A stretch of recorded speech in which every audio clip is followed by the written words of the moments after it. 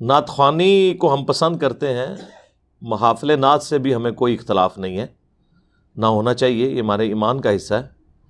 صحیح بخاری اور صحیح مسلم دونوں میں حدیث موجود ہے کہ سیدنا حسان ابن ثابت رضی اللہ تعالیٰ عنہ اللہ کے محبوب صلی اللہ علیہ وآلہ وسلم کے لیے نعت کہا کرتے تھے، اشعار لکھا کرتے تھے، اور کافر جو اللہ کے محبوب صلی اللہ علیہ وآلہ وسلم پر اعتراضات کیا کرتے تھے ان کے وہ جوابات دیا کرتے تھے۔ صحیح مسلم میں تو اوپر ترے آلموسٹ 10 احادیث میں ان کا وہ پورا کلام بھی آیا ہوا ہے عربی میں، جو انہوں نے اشعار پڑھے، جس کا اردو ترجمہ جو ہے ہمارے شعیب بھائی نے بھی پڑھا تھا، میرے آقا میرے مولا محمد رسول اللہ صلی اللہ علیہ وآلہ وسلم۔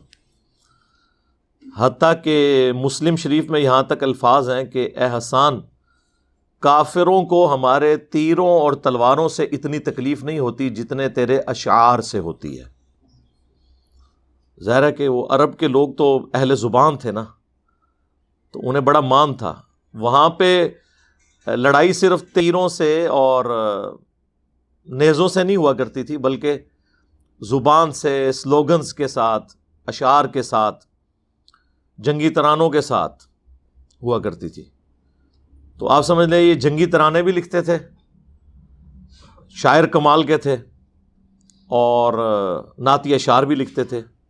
صحیح بخاری اور صحیح مسلم دونوں میں حدیث موجود ہے، سیدنا عمر فاروق رضی اللہ تعالیٰ عنہ کے دور خلافت میں ایک دفعہ حضرت حسان جو ہے وہ مسجد نبوی میں بیٹھ کے نعتی اشعار پڑھ رہے تھے، باقی صحابہ بھی وہاں پہ موجود تھے۔ سیدنا عمر وہاں سے گزرے تو انہوں نے یوں کر کے انہیں تیکھی نظروں سے دیکھا کہ یہ مسجد میں یہ کیا کام شروع کیا ہوا ہے، تو زبان سے کچھ نہیں کہا، لیکن حضرت حسان بھانپ گئے کہ امیر المومنین کا جو موڈ ہے میرے حوالے سے وہ درست نہیں لگ رہا۔ تو انہوں نے کہا عمر اس طرح مجھے مت دیکھ، تجھ سے بہتر شخصیت مسجد نبوی میں ہوتی تھی اور میں انہیں بھی اشعار سنایا کرتا تھا، یعنی محمد رسول اللہ صلی اللہ علیہ وآلہ وسلم۔ تو حضرت عمر نے کہا کہ آپ اس بات پر اپنا گواہ لے کر آئے۔ تو انہوں نے کہا یہ ابو ہریرہ بیٹھے ہیں، ان سے ذرا پوچھیے۔ تو حضرت ابو ہریرہ نے کہا اے امیر المومنین، میں گواہی دیتا ہوں کہ اللہ کے نبی علیہ السلام نہ صرف ان کے اشعار سنا کرتے تھے بلکہ دعا کیا کرتے تھے، اے اللہ روح قدس کے ذریعے حسان ابن ثابت کی مدد فرما، جس طرح حضرت عیسیٰ علیہ السلام کی مدد کی تھی نا روح قدس نے، جو قرآن میں آیا کہ ہم نے ایدناہ بروح القدس، جبرائیل کے ذریعے ان کی مدد کی تھی، ان کو اتنے معجزات غیر معمولی دیے تھے۔ تو یہ ان کے اشعار معجزانہ ہوا کرتے تھے اللہ کی طرف سے۔ تو حضرت عمر پھر خاموش ہو گئے اور وہاں سے چلے گئے۔ اب اس ایک واقعے میں کتنی چیزیں ہیں۔ نمبر 1 یہ کہ قرآن و سنت کے دلائل جو ہیں یہ اتنی اہمیت رکھتے ہیں کہ صحابہ کرام اس چیز کی پرواہ نہیں کرتے تھے کہ اعتراض کرنے والا کون ہے، اس کا سٹیٹس کیا ہے، وہ خلیفہ راشد ہے، جنہوں پنجابی کہتے ہیں وہ سدھے ہو جاندے سن کہ نہ بھائی اینج نہیں ہے، اللہ کے نبی علیہ السلام نے یہ عمل کیا ہے، تمہاری ذاتی پسند ناپسند کوئی حیثیت نہیں رکھتی۔ نمبر 2، صحابہ کرام علیہم رضوان کو جب صحیح حدیث کا پتہ چل جاتا تھا وہ اسے ایکسیپٹ کرتے تھے، سیدنا عمر نے ایکسیپٹ کیا۔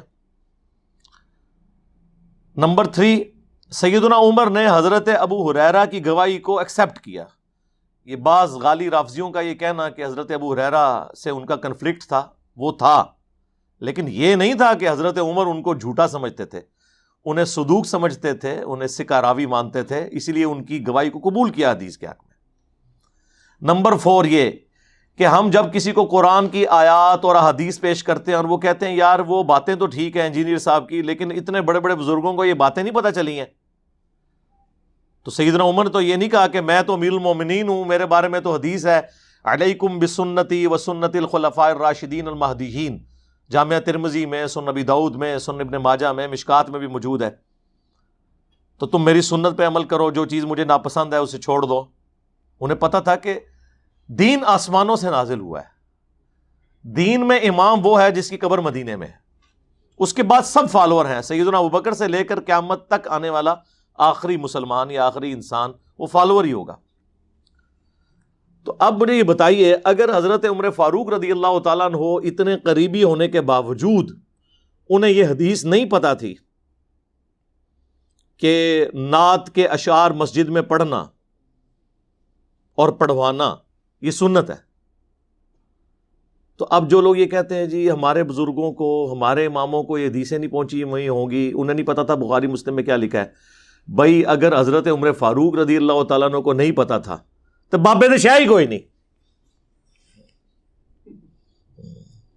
یہ ہر جگہ آئے گا، بابے تو شاہ ہی کوئی نہیں۔ یہ انالیسز نہیں کریں گے تو میرے بھائی آپ کے دماغ میں سراغ کیسے ہوگا؟ ہم نے تو ڈرل کرنا ہے تاکہ اس میں باتیں داخل ہوں، آپ کو پتہ چلے کہ کتابوں کا دین اور ہے، بابوں کا دین اور۔ بخاری اور مسلم دونوں میں موجود ہے کہ جو اما عائشہ پر تہمت لگی تھی نا، واقعہ افک والی، ان میں حضرت حسان بھی شامل تھے تہمت لگانے والوں میں، اور انہیں بعد میں کوڑے بھی لگائے گئے، آخری وقت میں یہ نابینا ہو گئے تھے۔ بخاری مسلم میں آتا ہے کہ سیدہ عائشہ کے سامنے اگر کوئی شخص حضرت حسان کی برائی کرتا تو اسے ٹوک دیتی تھی۔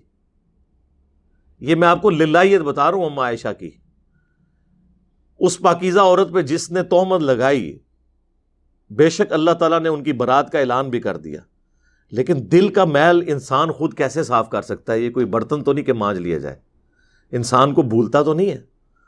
حتیٰ کہ حضرت ابوبکر کامل الایمان مومن ہے، ان کا بھتیجا یا بھانجا مستح جو بدری صحابی ہے، سابقون الاولون میں ہے، وہ بھی تہمت لگانے والوں میں شامل تھا، اور حضرت ابوبکر اس کے گھر کا خرچہ چلاتے تھے، حضرت ابوبکر نے اس کا وظیفہ بند کر دیا۔ لیکن اللہ تو پھر اللہ ہے نا جی، قرآن میں آیات سورۃ النور میں نازل ہوئیں کہ اگر تم یہ اللہ کے لیے کام کر رہے تھے نا تو یہ وظیفہ نہ روکو۔ اختلاف اپنی جگہ، اختلاف بھی کوئی چھوٹا موٹا نہیں، جس کی بیٹی پہ تہمت لگائی ہوئی ہو اور اسٹیبلش بھی ہو جائے اور اللہ بھی کہہ دے کہ یہ بہتان عظیم ہے، ھذا بہتان عظیم، پھر بھی اللہ تعالیٰ کا آپ ٹالرنس کا لیول دیکھیں کہ نہیں، وظیفہ اللہ کے لیے دے رہے تھے، وہ اسی طریقے سے جاری رہے گا، اگرچہ اس کا عمل برا ہے۔ 80 کوڑے بھی لگے قذف والے اس ایشو کے اندر، لیکن کہا وظیفہ نہیں بند کرنا۔ حضرت ابوبکر نے فوراً کہا سمعنا واطعنا، ہم تو سننے والے اور ماننے والے ہیں، وظیفہ دوبارہ مستح کا شروع کر دیا۔ یہ ان کے اندر للہیت تھی۔ یہاں بھی ہم سے لوگ کہتے ہیں جناب یہ کیسے ہو سکتا ہے کہ انجینئر صاحب اتنا اختلاف رکھتے ہیں، اس کے باوجود کہتے ہیں نمازیں ان کے پیچھے پڑھو، جمعے ان کے پیچھے پڑھو، چندے ان کو دو۔ بھئی ہو سکتا ہے، ہم صدیقی ہیں، ہماری تربیت تو صحابہ والی ہوئی ہے کہ اختلاف رائے اپنی جگہ، جو کام آپ اللہ کے لیے کر رہے ہیں وہ کرتے رہے۔ چندہ آپ اللہ کے لیے دے رہے تھے نا، دیتے رہے۔ حضرت ابوبکر کی بیٹی پہ تہمت لگی، ان کو اللہ نے کہا کہ نہیں وظیفہ نہیں بند کرنا، وہ تو تم اللہ کے لیے کر رہے ہو، ٹھیک ہے تمہیں تکلیف پہنچی ہے، لیکن اللہ سے اوپر کوئی نہیں ہو سکتا۔ اللہ از دا ٹاپ پرائورٹی، اللہ ترجیح اول ہے۔ قل ان صلاتی و نسکی و محیای و مماتی للہ رب العالمین، اے نبی تم فرماؤ کہ بے شک میری نماز، میری قربانی اور میرا جینا اور میرا مرنا سب اللہ کے لیے۔ یہ انسان کا لیول ہونا چاہیے کمٹمنٹ کا۔ تو بخاری مسلم میں آتا ہے کہ حضرت حسان کے بارے میں کوئی اس طرح بات کرے تو اما عائشہ اسے ڈانٹتی تھیں اور کہتی تھیں کہ حسان کے بارے میں کوئی ایسی بات نہ کرو، حالانکہ حسان ان پہ تہمت لگانے والوں میں شامل تھے۔ کیوں؟ ان کے لیے ٹاپ پرائورٹی اللہ اور اس کے محبوب تھے، اما عائشہ کے لیے۔